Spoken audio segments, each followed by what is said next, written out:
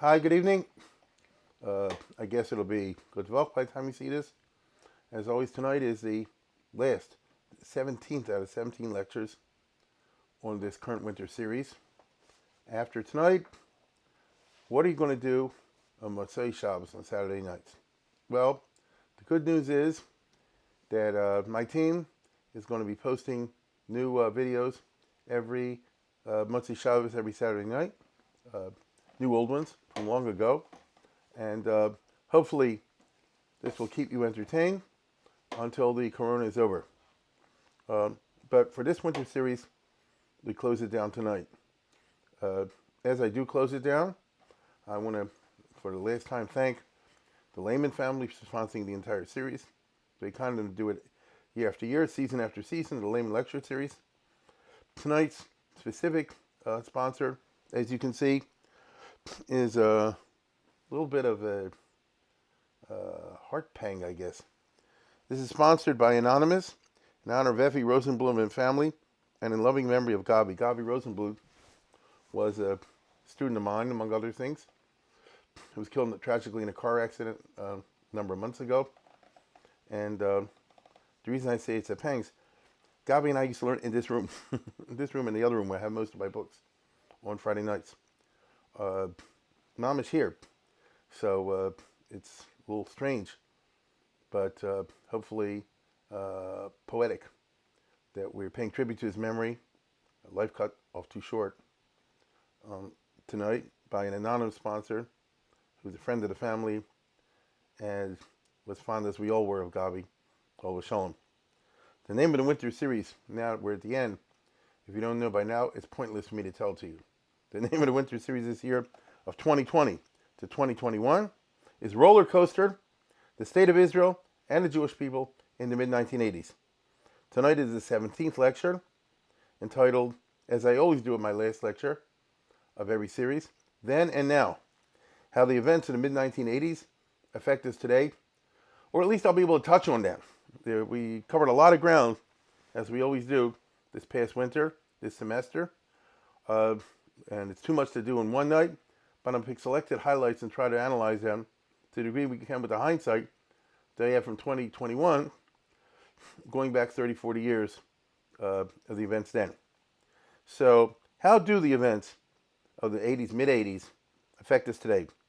Well, for starters, as I tried to show you, the mid-80s was Ronald Reagan and Gorbachev.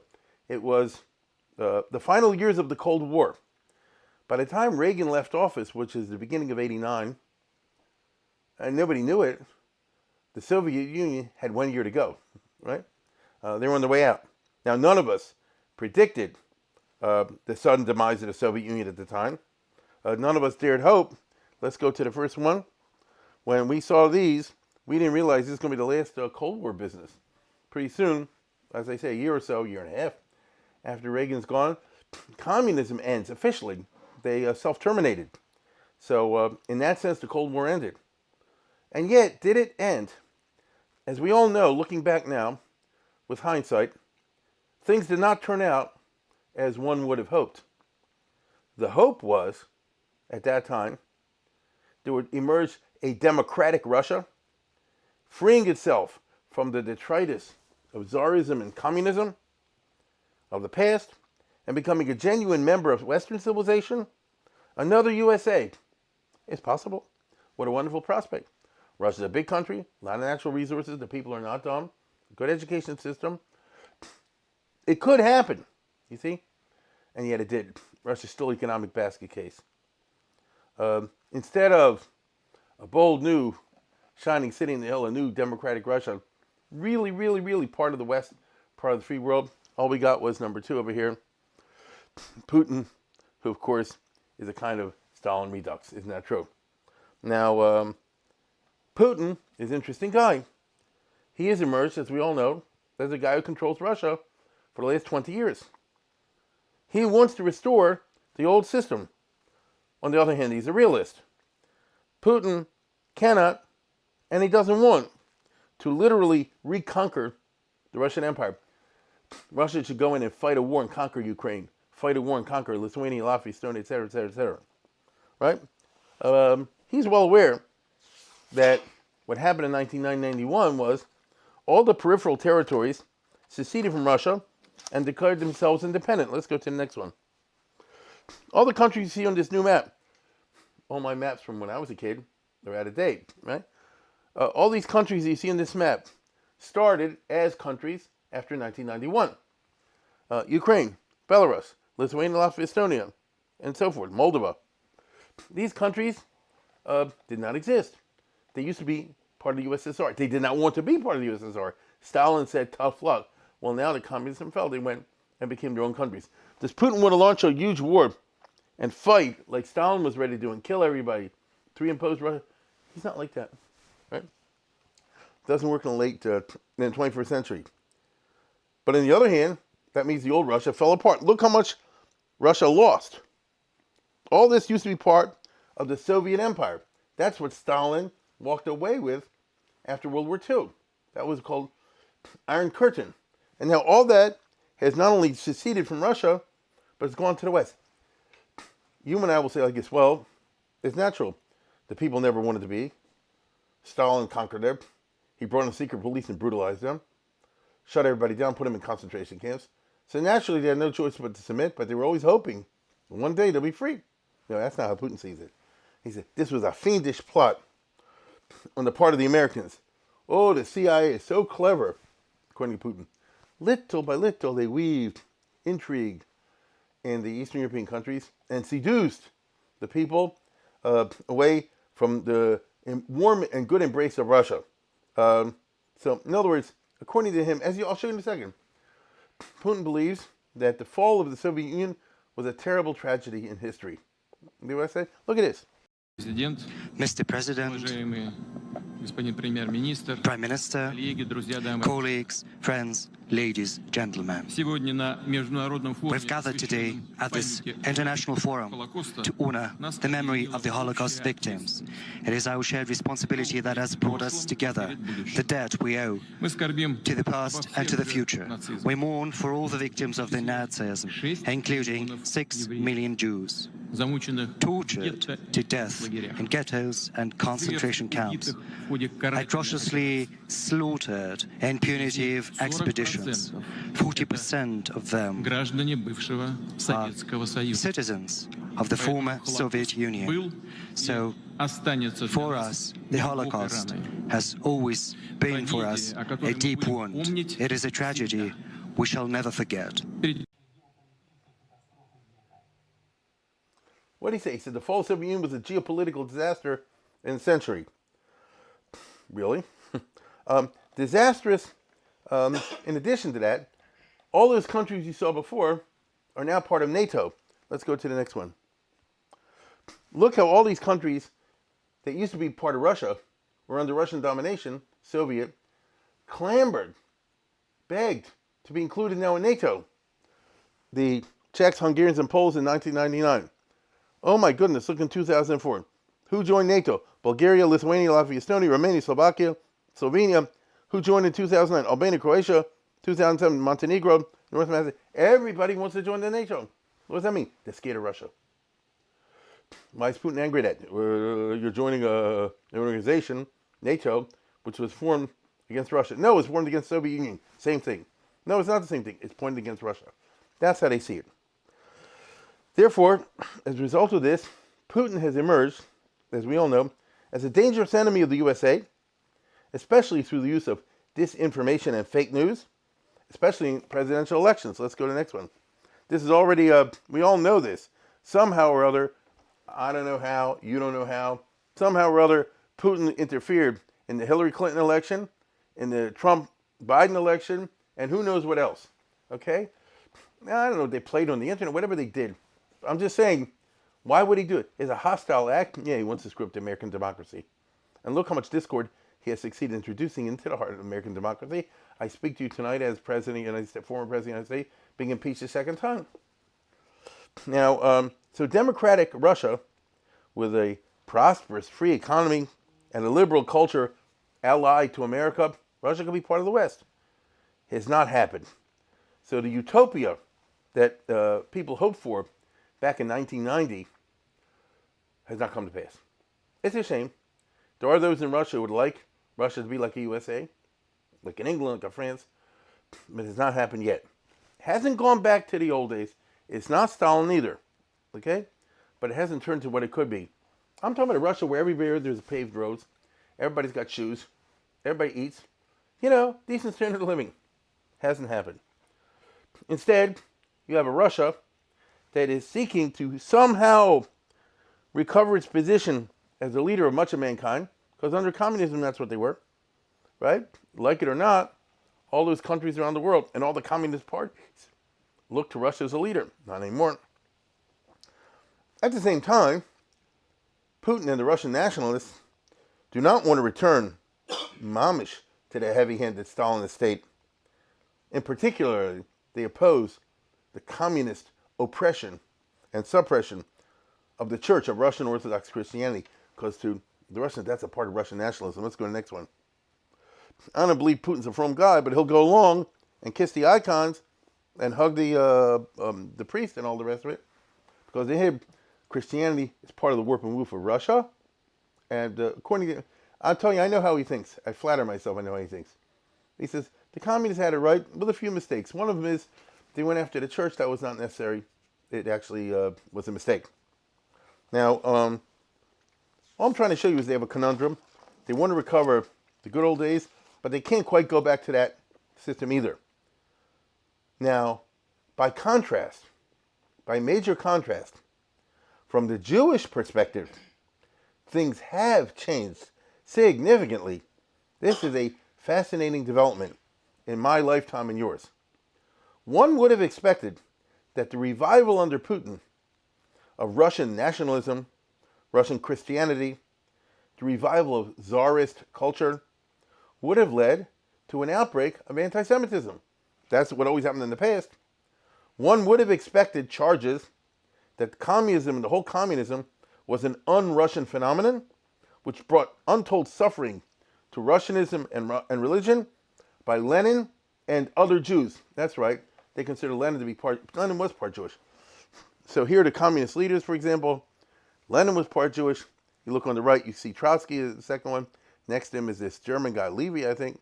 Next to him is this Zinoviev, and so on and so forth. Oh, it's a Jewish plot. Take up Russia, and they did take up Russia, and they killed millions of Russians, and they suppressed the Russian church, and this is all a Jewish plot. Such is the view.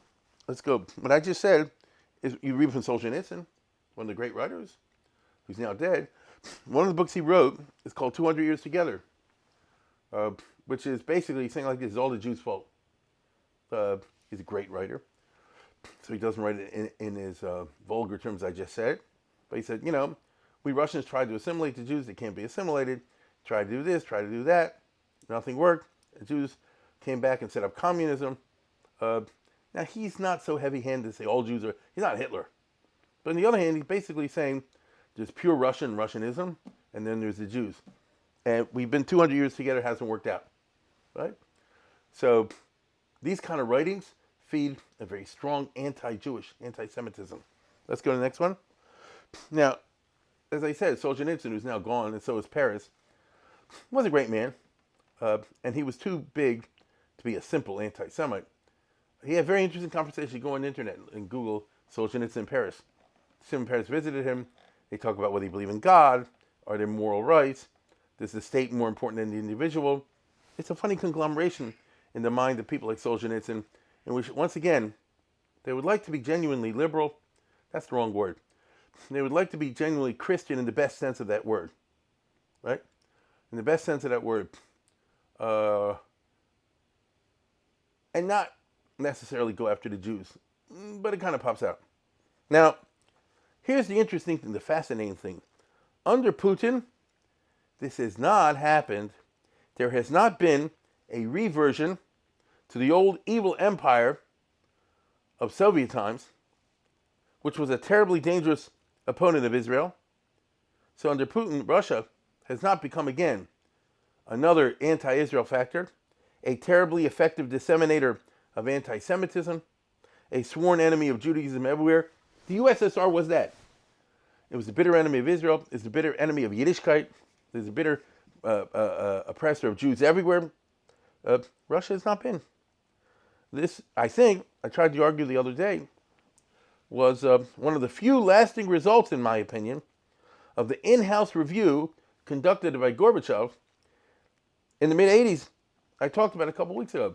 When Gorbachev took over, he basically did, to some degree, in-house, when nobody's looking in the Kremlin, what we would call today, cost-benefit analysis. And one of the things he and his team talked about was, why has Russia always been anti-Semitic? What do we gain from this? If you tell me what we gain from it, that's one thing. I'm ready to do it. It seems to me like we lose by it. And this insight, which was an accurate insight, I want to point out, it's an accurate insight from Russian national interests. They're not saying we love the Jews. They're saying, has it helped or hurt us that we go after the Jews? If it hurts us, then we want to stop going after the Jews for us. You see? Now, in my opinion, Putin has calculated correctly that by avoiding anti-Semitism, he's enhancing his position. I think it's true. Putin is going out of his way. It's fascinating. In his years of power, as a kind of a dictator, not to bother the Jews, and as a result, he's been able to get away with a lot of things that if he had bothered the Jews, he'd be seeing Jewish groups and others up in arms. There are no demonstrations against Putin by a Jewish group when he goes anywhere. They have no reason to.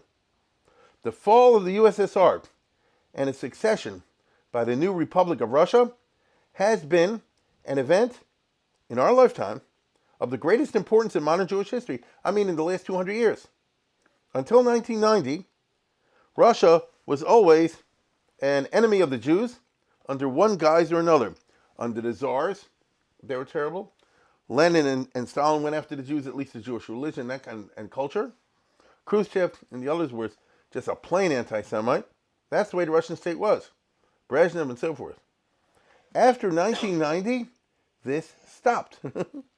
The government in Moscow stopped bothering the Jews. I mean the Jews in Russia, as well as the Jews in Israel and around the world.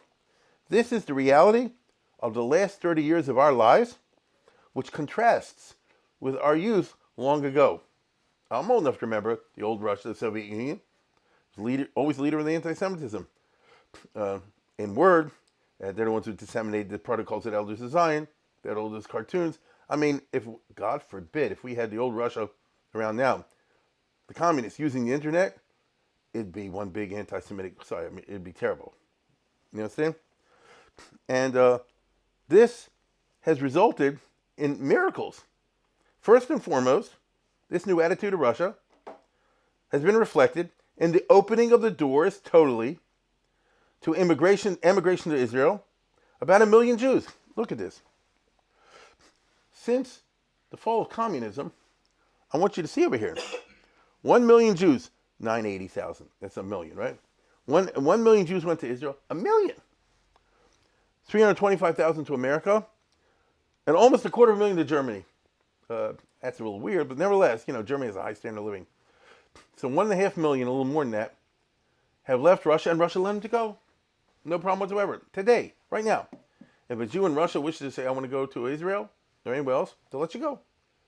The old story we had before with the refuseniks and all the suffering, all that, gone. It's over. Right? Under Putin, you want to go, you can go. This has proved to be an unbelievable chizuk for Medinat Yisrael.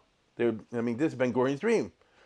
Israel got 1 million Jews, and 1 million Russian Jews, Soviet Jews, which means a lot of them came with education, all kind of stuff.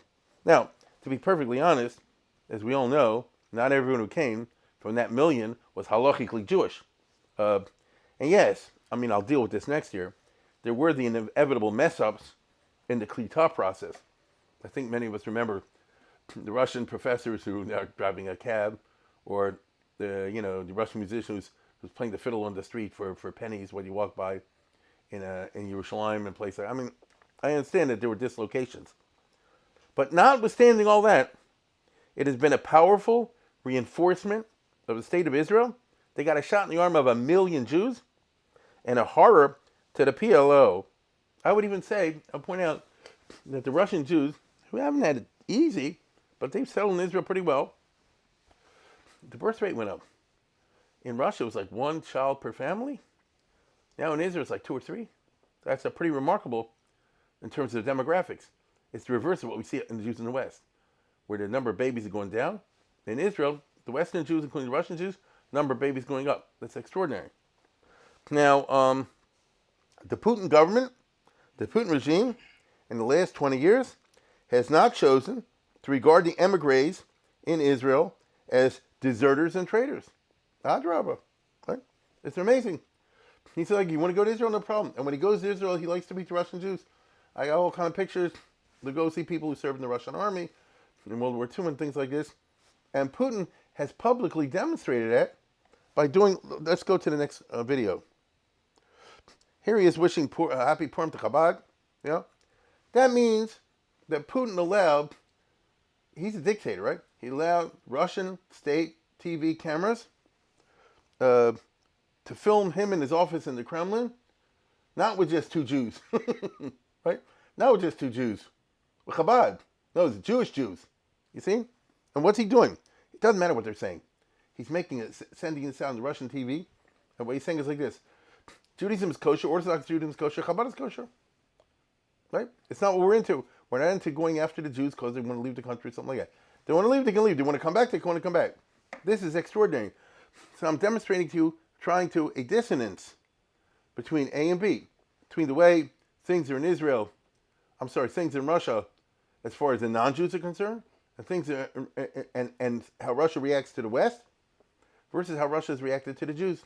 And Russia reacted to the Jews, okay. Now, on the other hand, let's not fool ourselves. This is Russia. Anti-Semitism, always just below the surface. Okay? You can't help it. They just read a TV miniseries about Trotsky, right? In Russian. And what's the point? Trotsky is the guy who was responsible for killing all the Russians. It wasn't Lenin. That's their way of saying it's a Jews plot. You follow Trotsky was Jewish. It's a Jewish plot. So it's an anti-Semitic movie. All right. So I'll tell you again. Putin or anybody else, if they wanted to, could turn on the anti-Semitism by pressing a button in a second. It's there. But he hasn't chosen to do that. For 20 years, you have a raging fire beneath the surface, but the guy on top keeps the lid on. It's a strange era in history.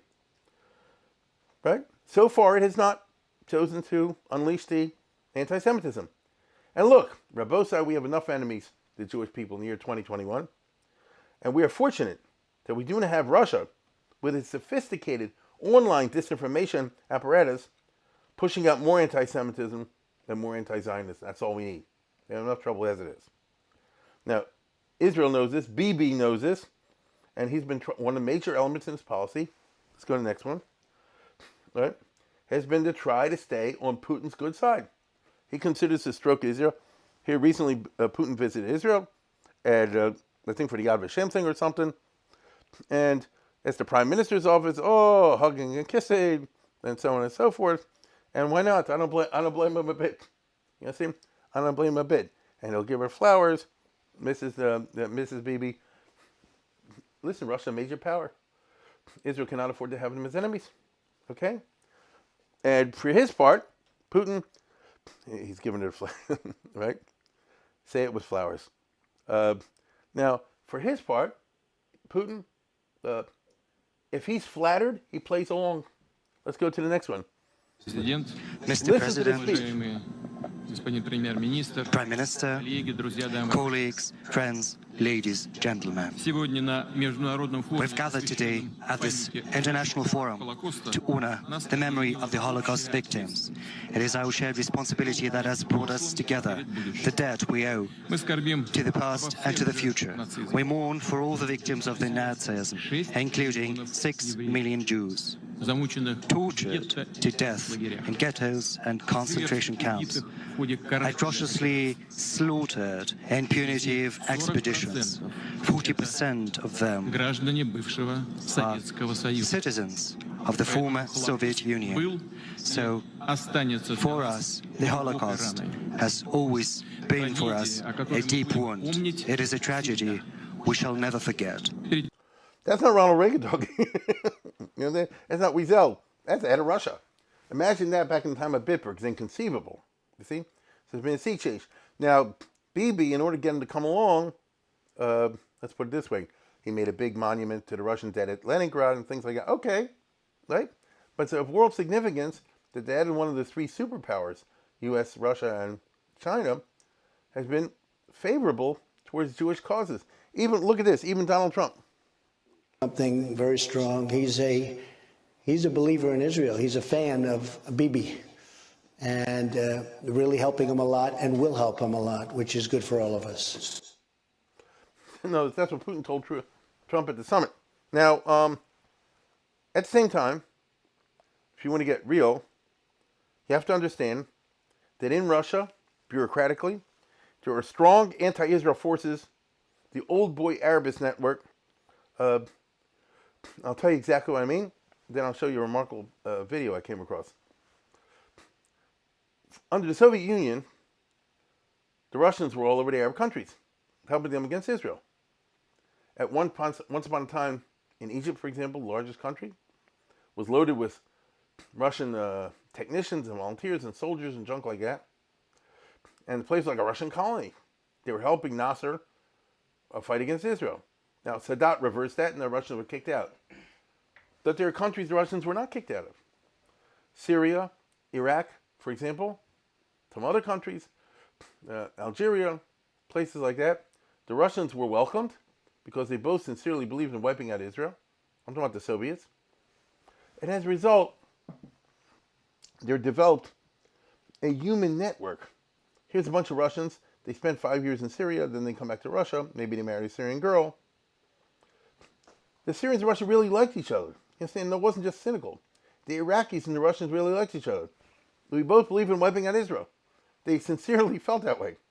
So I understand it's true that now under Putin, the policy has changed. But you've got a lot of Arabists in Russia, one form or another. And to them, these countries matter. So if there's going to be any issues involving the Middle East, they will, in the defense ministry, in the foreign ministry in Russia, in the intelligence corps in Russia, they'll be pushing the pro-Arab side. You understand? Someone sent me, TD, I think, sent me a very interesting Russian piece. It's like the Russian analog of History Channel, something like that. It was very interesting about these Ruskies who were in Syria helping the Syrians back in 1965, and they caught Eli Cohn. You understand? They caught Eli Cohn. What was remarkable was, he took home movies on the street in Damascus in 64, 65, and there's Eli Cohn. They didn't know it was him. You and I can't identify him. Just walking around nonchalantly. But at the end, they interviewed all these Ruskies, and one of them was talking about how connected they are to Syria as a country. Watch this. Сирия стала именно вот тем местом, где Советский Союз решил реально иметь своего долгосрочного союзника. И это удалось по сей день. И благодаря этому Сирия выжила, скажу вам.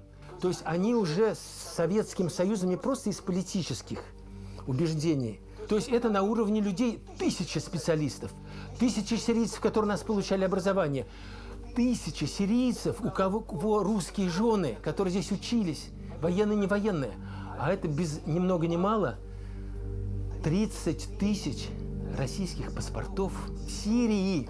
Сирия, я не устаю это повторять, для русского человека это совершенно особая страна. Совершенно особая страна. И нам есть что терять там. Now, this is a little bit baloney. I'll tell you what I mean. I know what he means, but I know what's really going on. It's complicated. Soviet Union always helped Syria. Well, actually, they helped Hafiz Assad. Okay? Helped the government, which is a dictatorship. This dictatorship killed zillions of Syrians. So from the Syrian point of view, the Russians were not our friends. They're the ones who backed the dictatorship. But from the Russian point of view, Assad is still in power, his son. And therefore, Syria is still on our side. And that's why Russia is helping Assad all the time, because of this stuff. Now, I'll leave that alone and move, turning to the Middle East in general, not Russia. The legacy of the 80s is complicated.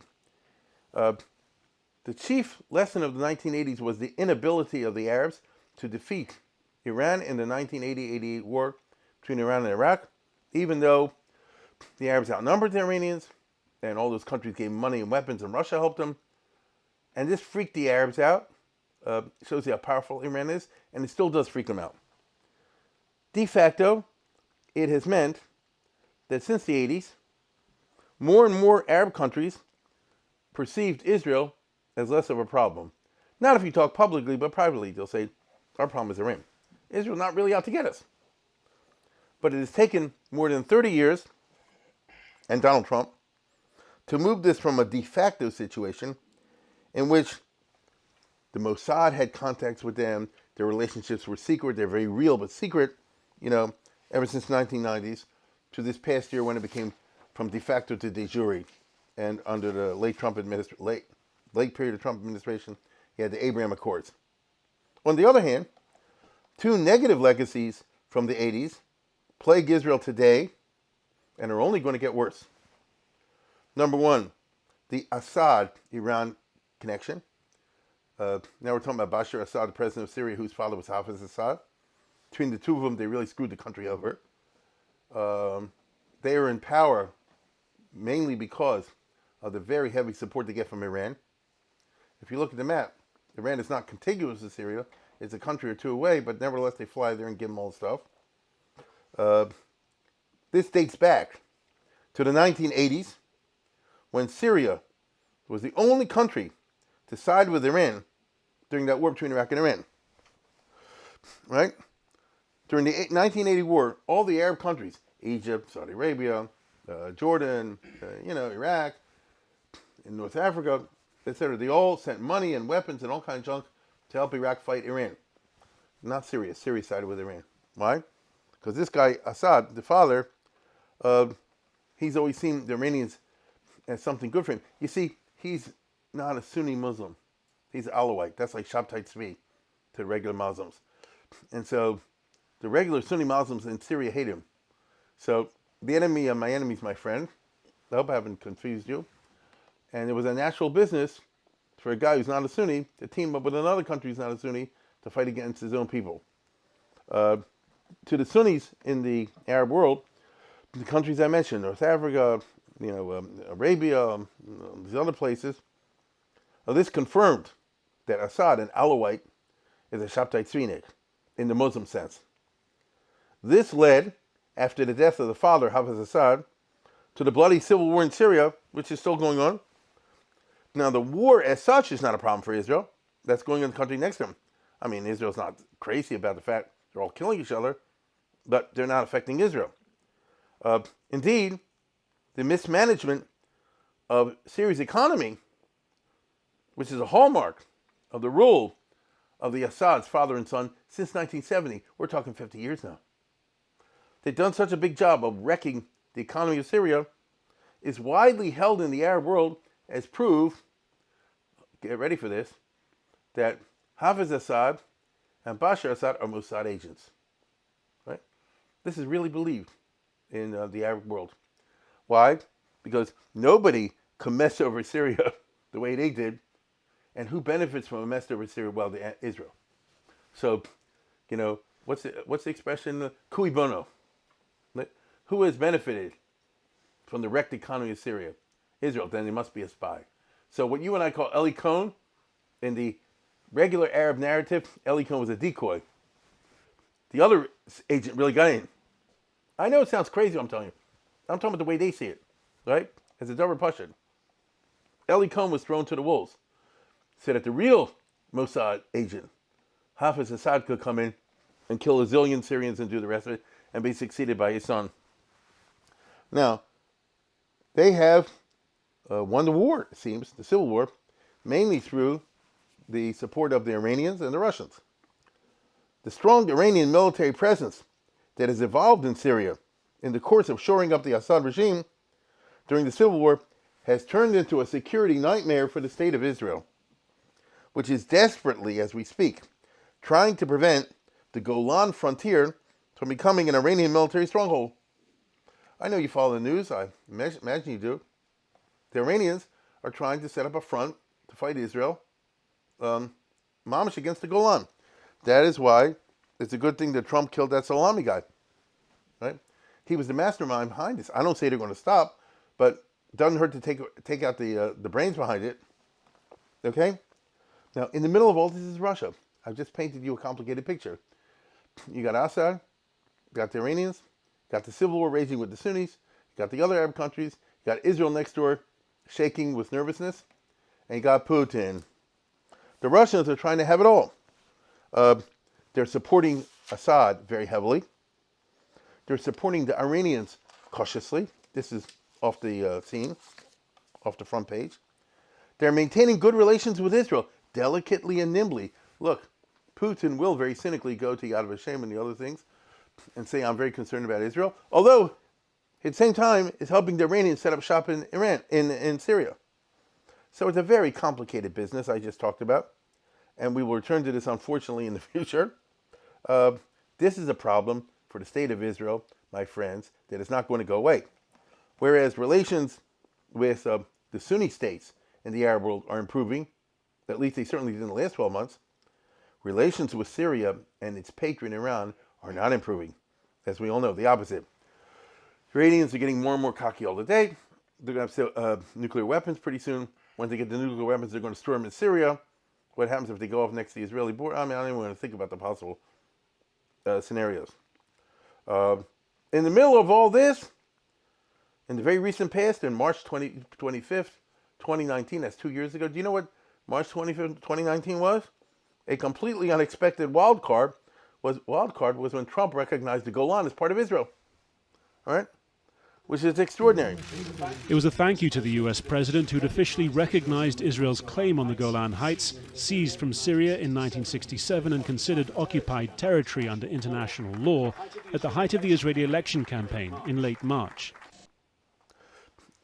This is remarkable. Moving an embassy, in one neighborhood Jerusalem, another, it's not that big of a deal. It's a big deal. No. Saying that Israel, which conquered a piece of Syria, in a UN world in which you're not allowed to conquer and hold other countries' territory, that Israel can keep this, that's the official position of the United States of America, is amazing. It goes against most of all American policy. Now, the basics for it, well, let's go to the next slide. What's the justification for this? American officials say the proclamation cited aggressive acts by Iran and terrorist groups Hezbollah in southern Syria as justification for Israel to maintain sovereignty over the Golan Heights because Israel has to protect itself from Syria and other regional threats. That's very interesting. You're saying because you're worried about the next door neighbor, you can take their territory away. That's not official policy in the United States of America. At least so far in February of 2021. I don't know what Biden's going to do with this. In refuting a supposed double standard, in recognizing Israel's annexation of Golan Heights, but placing sanctions on Russia for taking over the Crimea, Mike Pompeo said, what the president did with the Golan Heights is recognize the reality on the ground and the security situation necessary for the protection of the Israeli state. It's that simple. Talk to a lawyer. It's not that simple. But it's interesting. Thank God America felt like that. A State Department spokesperson claimed the day following the proclamation that Israel gained control of the Golan through its legitimate response to Syrian aggression aimed at Israel's destruction. On the other hand, now Mechalik, Russia took over the Crimea despite the fact it has recognized Crimea as part of Ukraine in bilateral agreements and despite the international obligations and commitments, including OSCE principles. Do you see what I'm saying? This is an interesting spark. I'll tell you real shot, as I see it. That's all I can ever do. I share my opinion. Listen closely. How did Israel take over the Golan Heights? Six-Day War. How did the Six-Day War happen? The Syrians were trying to cut off the water to the Jordan River, to the Kinneret. Started in 63, 64, built up tensions. By the time it's over, a war started. Do you understand what I'm saying? In other words, if Syria tomorrow got back to Golan Heights, one of the things they do, or could do, is just stop the water coming from the tributaries north of the Kinneret into Kinneret. Deprive Israel of water. They shall all die from no water. Now, he says, well, maybe they'll sign an agreement not to do it. If you can trust it, nobody's in control of anything in Syria. And second of all, the Iranians won't even agree to that. So, the argument for Israel holding on forever to the Golan is our water situation is such that if we give this land up, we're putting our heads in a noose. or putting on the chopping block, if you will. You could kill us anytime you want. This is the Middle East where the countries hate each other. That is an interesting argument. Do I have the right to take over your stuff because you'll kill me if I don't? I'm not an international lawyer, but that's what it boils down to.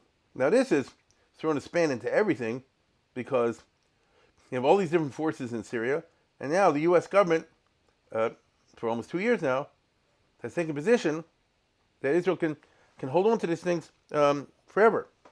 Now, the question, of course, is Trump is out. What's Biden going to do? Well, I saw that the Congress the other day said that they can keep the embassy in Jerusalem. That's good too. But to me, the big question is going to be, what is Biden and Blinken going to do about this issue? I cannot believe, it's too good to be true, I cannot believe that they'll okay what Trump said, and the U.S. says, well, countries can't take any land by force during a war, but Israel can. Maybe they'll use the argument I said before, Syria wants to cut off the water. I don't know. Nobody knows. But it's a very, very interesting situation. Keep your eyes on that. Keep your eyes on that. Now, in addition to Syria and Iran business, the other negative legacy from the 1980s, of course, is Lebanon. As I tried to demonstrate, as I think we all know, the Lebanon war of the early 80s was a misconceived war, and it turned into Israel's Vietnam. Eventually, Israel in 2000 had to pull out the whole Israeli army. But meanwhile, Hezbollah had been born, and now Hezbollah has metastasized and has 1 million rockets, and it's up against the Israeli border. Here again, the problem is really Iran, which runs the country through Hezbollah. Hezbollah is the single strongest group in Lebanon. Hezbollah and company are quite aware they have no right to run the country, but they don't care, they do anyway. And any Lebanese politician who protests is just bumped off. There's no speeches or anything like that. They just shoot him.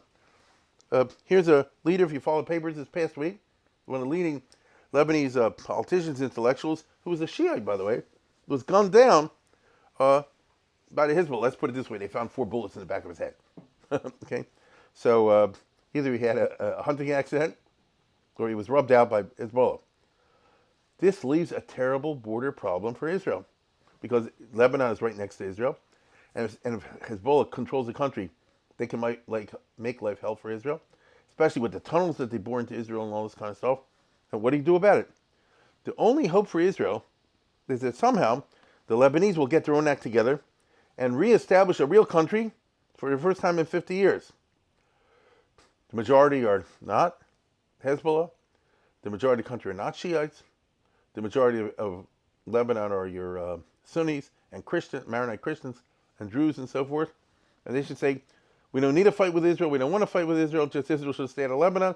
Lebanon should stay out of Israel. But Hezbollah doesn't want that. Hezbollah wants a fight when the time is right. And so there's a fat chance that Lebanon's never going to get real again. Lebanon's going to get a normal country again. I wish they would. All of Israel wishes they would. As a matter of fact, all friends of Lebanon genuinely wish that would happen. I don't see it happening. So the big winner of Israel's war in Lebanon in the 1980s, the big winner was Iran. Turning from other Middle Eastern actors, one of the big stories of the 80s was the Palestinians, or the lack of an Israeli plan of how to deal with the Palestinians. This is perhaps a topic for next year, but tonight I want to make a few points because we're looking at hindsight tonight. All during the 80s, I got into this, but not in great depth this year. Love to do better next year. All during the 80s, Israel did not want to deal with Arafat. Under Menachem Begin and Shamir, they didn't want to deal with the Palestinians at all. Kal v'chomer, the PLO. The Likud policy was simply hold out and hope for another Donald Trump or something like that, or for a fall of the USSR, which did happen. That's not a policy. That's hoping for miracles. The Labor Party, by contrast, under Yitzhak Rabin and Shimon Peres, analyzed things differently. To them, the Palestinian problem, the Palestinian people or population, was a problem that's not going to go away. It had to be addressed head on. In simple English, some kind of Arab government had to rule in the West Bank. Peres and Rabin preferred King Hussein of Jordan, But as the decade passed, it became clear that it was Arafat who controlled the hearts and minds of the West Bank and Gaza, and he was the one you had to deal with. King Hussein, indeed, eventually excluded himself in the late 80s. So there was nobody to talk to except Arafat. So I'm describing a real split in the Israeli body politic. The right argued it's too dangerous to gamble in the PLO. The right was convinced the PLO wanted a one-state solution of an Arab state. In other words, at the heart of the Likud argument is you can't trust these guys. You can't trust them. They lie. They say they'll make a peace with Israel, and maybe they'll sign something, but then they'll start working on sabotaging it and destroying Israel. Okay? It's also true, by the way, some on the right are for Eretz Yisrael Hashlema. They would say that even if the Palestinians mean it, we don't want to give up Israel. That's the settlers. You see, that's the Gush Amanim. That's a hardcore. Donald Trump was bitterly criticized a couple months ago. I saw in our Sheva by these guys with Kippah Rugan and all the rest of it, when his team offered that deal, with Jared Kushner, which was very pro-Israel, and it reduced the area of the Palestinian state and gave Israel a lot of the, settlements and all that business. So it was a pro-Israel deal? No, they don't want any state because it'll turn into a cancer. And therefore they said, down with Trump. Because even with his good plan, he's making a state for the Palestinians. That's extreme position. Right? That's extreme position. Now, those guys especially had no plan what to do with the Arab population, which is a big majority population over there, right? What are you planning to do about that? Now, everything I just described was the right. And the left in Israel disagreed to court. Number one, they got to realize, according to them, in their analysis, Israel has to detach itself from the Shtachim. Can't be in there. Too many Arabs. Number two, the PLO can be trusted under the right deal. That's their thesis. My point is, the Israeli body politic could not formulate a consensus. And the lack of consensus, as we see in America, is always bad news for a democracy. Right? Donald Trump and Nancy Pelosi began to faces the last 4 years for a bitter lack of consensus. Biden has run promising to restore a consensus. I don't know if it's true, but that was a big part of his electoral appeal. When there's no consensus, all you have is unilateralism, as we call in America, signing executive orders. I remember Obama signed a bunch of unilateral executive orders, which ticked off the others. Then Trump signed a whole bunch of unilateral executive orders, and now Biden is doing that. Okay? Unilateralism poisons the political atmosphere. Now, the left wing say it's good when the left does it, not when the right does it. The Democrats say it's good when the Democrat does it, not when the Republicans do it. The Republicans say it's good when the Republicans do it, not the Democrat. No, it's never good. Unilateralism poisons political atmosphere. A democracy has to strive for creating some kind of consensus. Okay? But that's not what will happen in the last 30 years.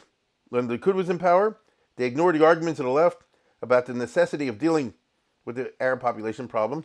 So people like the next one, Shamir and Bibi, simply kicked the can down the road. And what's their plan for the huge Arab population in Judea and Samaria? There is no plan, you see? And they don't care about the fact that the left, like the Labor Party and these other guys, are constantly calling attention to that. When the left got into power, the left, as we'll see, in the 90s and afterwards, will ignore the concerns of the right and just unilaterally, surreptitiously negotiate with Arafat when, now this is not for this year, next year, it's the year after, right? I hope the corona will be gone by then. We'll see in the early mid-90s, Shimon Peres is the foreign minister, behind the back of everybody, just negotiated a deal with Arafat, okay? And then, in a unilateral move, let's go to the next one. The left, that was the Labor Party at that time, rammed through the Oslo Agreement against the will of the right. So it's a classic case of unilateralism, right? On a matter of great national security, a controversy, but they just did it, right? And basically, as you see in this picture, Rabin and Peres said that Arafat can be trusted under the right circumstances. What was the result? Let's move to the next one. The right got so angry, they got toxic, and they shot Rabin. Now, the right didn't shoot Rabin. One guy, a nut, did Rabin. But the atmosphere had become so poisoned and toxic, Mr. W. Dua, that created a situation in which people like this guy, Amir, could say, I'm going to kill Rabin because he's a Rodef. He's out to destroy the Jewish state. Now, I know it's crazy. I'm just telling you what he said. So, to regular Israelis, this was Ratzach, this was murder. And according to the right-wing extremists, no, it was a saving yourself from a Rodef, from a policy that's going to destroy Israel. Assassination, obviously, is the antithesis of stable democracy. The assassination of Rabin has cast a shadow over Israeli politics ever since. We can no longer say, as my parents would have said when in their time, Jews don't do that. Right? Shooting people, politics, we don't do that. And that's how Yitzhak Rabin went down. The next time that happened, years later, was when Ariel Sharon, who originally ran as Likud, switched on this matter to left and carried out the Hitnat Kut, the unilateral evacuation of Gaza. And again, the right went crazy, but it's funny. Look what happened to Sharon. He didn't get shot, he got a stroke. Right? Here you see in the upper right-hand all the controversy from the disengagement in Gaza. And he was laid low, but not through human hands. So there's no question in my mind that to the right-wingers in Israel, and to Pat Robertson, by the way, God punished Sharon for evacuating Gaza. This is what happens when you have a highly polarized political situation, political atmosphere. Okay? Now, in general, today, the Israeli body politic is quite split. The left is willing to give up the higher bias. I want you to understand that. Let's go to the next one. But in the last two prime ministers, who I would call leftists in this regard, what's his name? Ehud Barak at the bottom met at Camp David. He gave away everything. He said, let's have just a peace. We'll give you everything. We'll even give you the higher bias in some sense, all of East Jerusalem and all so on and so forth. Arafat said no. And Bill Clinton said, I can't believe you're saying no. He's giving you everything. Because you and I know, at the end of the day, Arafat couldn't make a real peace because he wanted to wipe out Israel.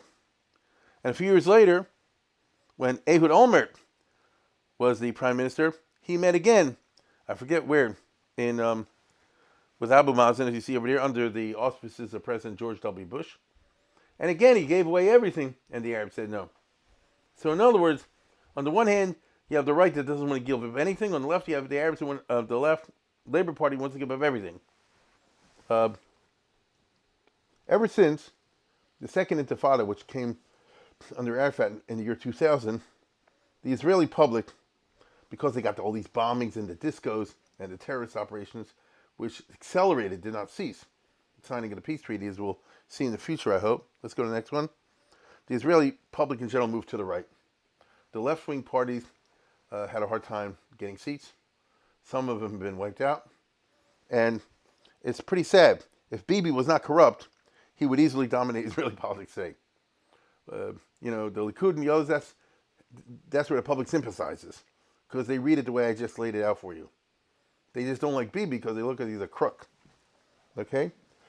But you never know how these things work out, because we've just concluded, my friends, a 4-year interlude that Bibi couldn't have even dreamed of. Let's go to the next one.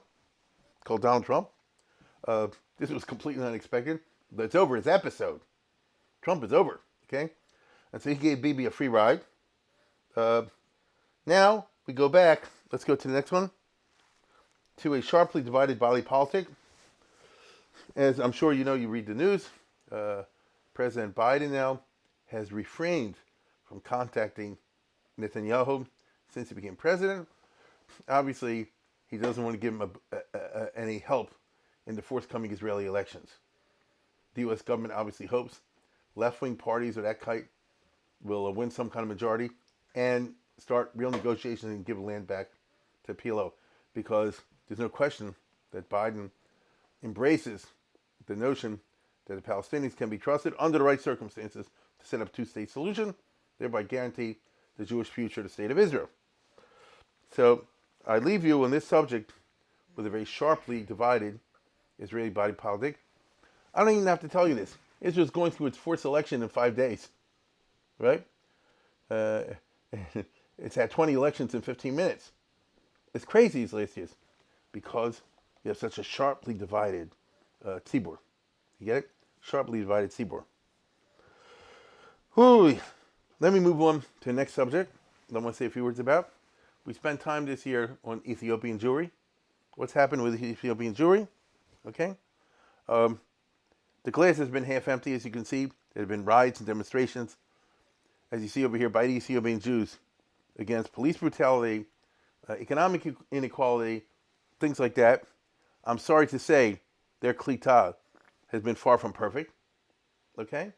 On the other hand, the glass is, let's go to the next one, the glass is also half full. The lady you see on the left is a member of the Israeli cabinet. She's a minister in the government. As you see in the upper right-hand side, Ethiopians are now officers in the army and the police. You see in the bottom is the Ethiopian guy, a boy who won the Bible contest or something like that. They are integrating into Israel. People forget. The Ethiopian Jews, I was talking to you today, this past semester, about the early 80s. They've been there now for 40 years. This is 2021. The movie about the Red Sea Resort was like 1981. So 40 years is a long time. And those of us who go to Israel, not when it goes so often because of Corona, you see more and more Ethiopian soldiers and police and integration into Israeli society, which is a good thing. One overall point. Whatever's happened in Israel to the Ethiopian Jews, and I wish it was better, they certainly can look back and pat themselves on the back that they've gotten the heck out of Ethiopia, which is just as violent and massacre prone today as it was back then. Nothing has changed in terms of the vicious civil war that's raging now in Ethiopia, especially in the Jewish areas, Gondar, province, all the rest of it. Had they stayed behind, they would have been Gahaktatsars. So one of the things about the state of Israel is, once you're there, you can look back at the old country we're from, and at least you're not there. It's a little bit like if I tell American Jews, you should go to the cemetery and thank your great-great-grandparents who moved to this country around 1900. That way they deduct World War I, the Holocaust, and all this other junk. Similarly, if you're, let's say, for example, an Iraqi Jew whose parents came to Ma'abara, hard times in 1951. They had a hard time in Israel. But they're looking back at what Iraq is today, ever since Saddam Hussein took over and the civil wars afterwards. They're lucky they're in Israel, not back over there. Same thing with Jews in Yemen. So, same thing with Jews in Ethiopia. If they remain behind in Ethiopia, oh my goodness, oy vey vey. Finally, tonight, I would call attention to the curious outcome of the Holocaust literature, which kind of peaked in the 1980s, which I referred to as the era of Elie Wiesel and Herman Wouk. Here the situation has changed dramatically in the last 30 years in unexpected ways. Until 1990, all these Eastern European countries were muzzled by the communist religion. You understand? By Soviet doctrine. This was that, in other words, in Russia, in Poland, Hungary, Czechoslovakia, all those Iron Curtain countries, the official narrative, communist narrative, was it denied that locals had participated in killing Jews and stealing their property. In every country, they just lied. They said, we had a glorious past, and we all fought Hitler. The Communist Party was the leader of the fight against Hitler, and the only ones who were pro-Hitler were the capitalists. And the Jews got killed. It's a little detail. It happened, but no big deal. But basically, the progressive forces in Poland, in Hungary, in Czechoslovakia, in Bulgaria, in Romania, in Ukraine, in Lithuania, they triumphed in the end. That's the way they did it. In other words, they lied and they ignored what happened with the Shoah. They certainly didn't talk about the Jewish Holocaust at all. There were no, under communism, there were no books, movies, plays, or other cultural productions about the Shoah. Why? This is Stam anti-Semitism, Stam anti-Zionism. That was the culture. After all, as communists, we fought Hitler. We're totally innocent. And anyway, didn't take too long before communist propaganda started conflating the Nazis with the Zionists. which is what they did for a long time. All this did was give the Jews in the West a free hand. That means in the 50s, the 60s, the 70s, the 80s. That's 4 decades.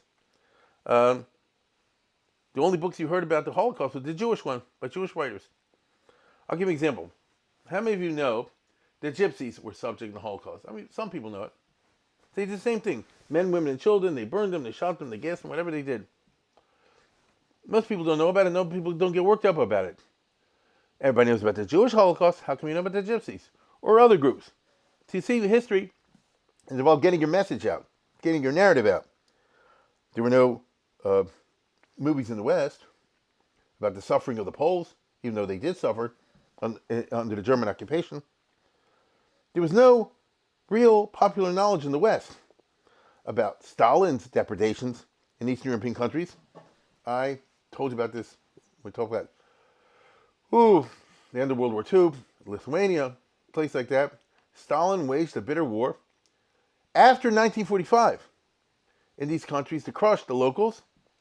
He was successful in keeping this away from the knowledge of the West. And in general, nobody talked about this. If I would tell somebody now about the war between Stalin and the Polish, anti-communist underground, I mean, people want to know what I'm talking about. Okay? Now, the Jewish narrative, therefore, what shall I say, had to feel to itself. What everybody did hear about, thanks to Elie Wiesel and these other guys, was what happened to the Jews, the Jewish concentration camp. Okay? Because they lived in the West, and they were able to take advantage of the freedom in the West to get their message out. Now, all of this changed. Let's go to the next map. In 1991. All of a sudden, these countries became independent. They never were independent before. Ukraine, Belarus, Lithuania, Latvia, Estonia, Poland, and so forth. Right?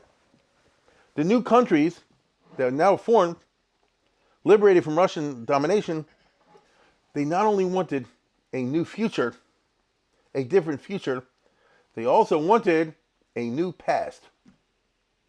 The past is always changing in history, isn't it? They wanted a new past. No, they wanted a new narrative. Now, they wanted a new national narrative. The Lithuanians wanted a glorious Lithuanian one, the Latvians, the Estonians, the Ukrainians, and so on and so forth. They wanted a heroic past. They did not want a self-critical past. Let's go to the next one. Only Germany, you have to give credit where credit is due. Only Germans, they call it the gold standard, have totally owned up. And the German history books and the history school, they say, listen, we did it. Get over it, we did it. There's nothing we can do to make it up, but we're doing the best we can. And we're giving Israel money and this and that and the other. They're trying to live better lives today. It happened. The Germans did terrible things, and we're not denying it. You don't say that in the Eastern European countries. You see? These countries, these Eastern European countries, were not really heroic to the Jewish citizens in World War II. Matter of fact, they actively killed their Jews in all places, but it really ticks them off to say it. Here's a newspaper headline from today. Today, Poland orders Holocaust scholars to apologize in case that could muzzle research. Court rules that Barbara so-and-so and Grabowski disseminated false info and blamed and harmed the honor of a man they said helped kill the Jews in World War II. His niece brought the suit. In other words, they're penalizing historians for uncovering dirty facts. There's a certain Polish guy who handed the Jews over, to the Nazis. That's not called self-critical past. You understand? Now, it is complicated. I did this years ago, talking about Poland. I don't want to cause her over. Poland did not participate in the Holocaust, not actively, but maybe passively. It's complicated. But these other countries sure as heck did. The Ukrainians shot the Jews. The Lithuanians, the Latvians, the Estonians all happily participated in murdering the Jews. We talked about that. Not only that, but these new countries in Eastern Europe, they wanted and want recognition for their Holocausts. And they haven't received the same recognition, that although they are trying. So the Ukrainians can say, and I hear the point, Stalin killed millions of us. Now they're making new movies. These are Ukrainian movies. The one on the left, Mr. Jones, is about the British, correspondent, who discovered in 1931 that Stalin was systematically starving to death 4, 5, 6 million Ukrainians. Starving to death, just taking their food away, leaving them to die. And I think that's what the middle movie's about. these are all coming out because you have these new Eastern European countries. They're making the movies. The one on the right is Lithuania, and we're talking about how Stalin took away the family to Siberia and stuff like that. I haven't seen them, but I know what they are. These are attempts to say, hey, there's more than one Holocaust. What happened to our people by Stalin? Even China, as I told you before, is jealous of Yad Vashem. The Chinese have sent numerous delegations to Yad Vashem saying, how'd you get your narrative out there that everybody's heard of Elie Wiesel and all this? Nobody's heard about Fu Yang, who talks about the Chinese Holocaust. What Chinese Holocaust? The Japs killed 6 million Chinese. Maybe more. 6 million Chinese. How come the Jewish 6 million gets a big play? The Chinese 6 million doesn't get much play. People know about the rape of Nanking, but it doesn't get much play. Well, the counter answer is, well, how are you going to get riled up at the Japanese for killing 6 million Chinese when the Chinese killed 75 million Chinese? Mao Zedong. You know, in the Great Leap Forward. 75 million, 78 million. It boggles the mind. So, Chinese don't want to look at it that way. You know how it goes. In the case of Eastern Europe, in terms of looking at hindsight now and predicting the future, this Holocaust narrative thing I'm talking about is a problem at the present time. It has the possibility of unleashing a big anti-Semitism. Remember where you heard this. I hope I'm wrong. But this is really getting these countries' population angry. The Jews, the Jews, the Jews. Those talking about their Holocaust, they're trying to besmirch our name, destroy our heroes. We hate the Jews. Now, you haven't heard about it so much yet. Interestingly, at this time, 2021, these countries in Eastern Europe are more worried about the Muslims in Europe taking over, and that moderates things somewhat, because they're spending all their hatred against what they perceive, not as an insult by the Jews, but as a real physical threat by the large increasing Muslim population there. In addition, these countries are aware that Putin and company are ready to manipulate the anti-Semitism in these countries for Russian national interest purposes. When Putin had his quarrel with the Ukraine a couple years ago and took away part of their territory, one of the Putin arguments was, the Ukrainians are a bunch of anti-Semites. They're fascists. Therefore, America should be okay with this. And the Ukrainians said, we're not fascists, we're not anti-Semites. The damn Jews. Oh, I'm sorry, we're not anti-Semites. But they see that if they act on the way they would like to act towards the Jews, this will paint them in a bad light, and this will help the Russians mess over the Ukrainians and the Lithuanians and all the others. So realpolitik reasons are moderating, once again, what is a seething, the cauldron, in my opinion, of anti-Semitism beneath the surface in these countries. And it's funny how the power politics is working. Nobody knows the future, but I predict that this will be a trouble spot one day. It raises significant questions about whether there's such a thing called objective history in terms of emphases and omissions. If I killed 50 people and nobody ever finds out about it, did it happen? Now, I understand in a certain way it happened, but it doesn't become part of history if nobody talks about it. And as I said before, if you talk about the Jewish Holocaust, but you don't talk about the Stalin Holocaust in Ukraine, how do you evaluate that? These are big questions that the current generation is going to have to deal with. Whew, it's late. There's a whole lot more to talk about, but I think I've run out of time. And so I wish you a good night as we close down this series. As I said before, my team is going to be putting up every Saturday night a new talk, not from this series, but from other series. And hopefully that'll keep you busy if you're interested in spending your time on Jewish history. I thank you, and let's hope by the time we get to the next winter series, the Corona will be behind us. Mirza Hashem will be in Shomri or something like that. You know, at the beginning of this year, Shomri gave a green light. God bless them. They said we can have the lecture here, all the rest of it, because we all hoped a year ago at this time that it would be over by September. It didn't turn out that way. So let us daven and pray that things will be different in the future. It is my hope to have another series later this spring, but you'll have to find out about that as we proceed. We'll keep you informed in the where, when, and when. And with it, my friends, we adjourn, sign, and die. I wish you all a Freilich and Purim. Good night.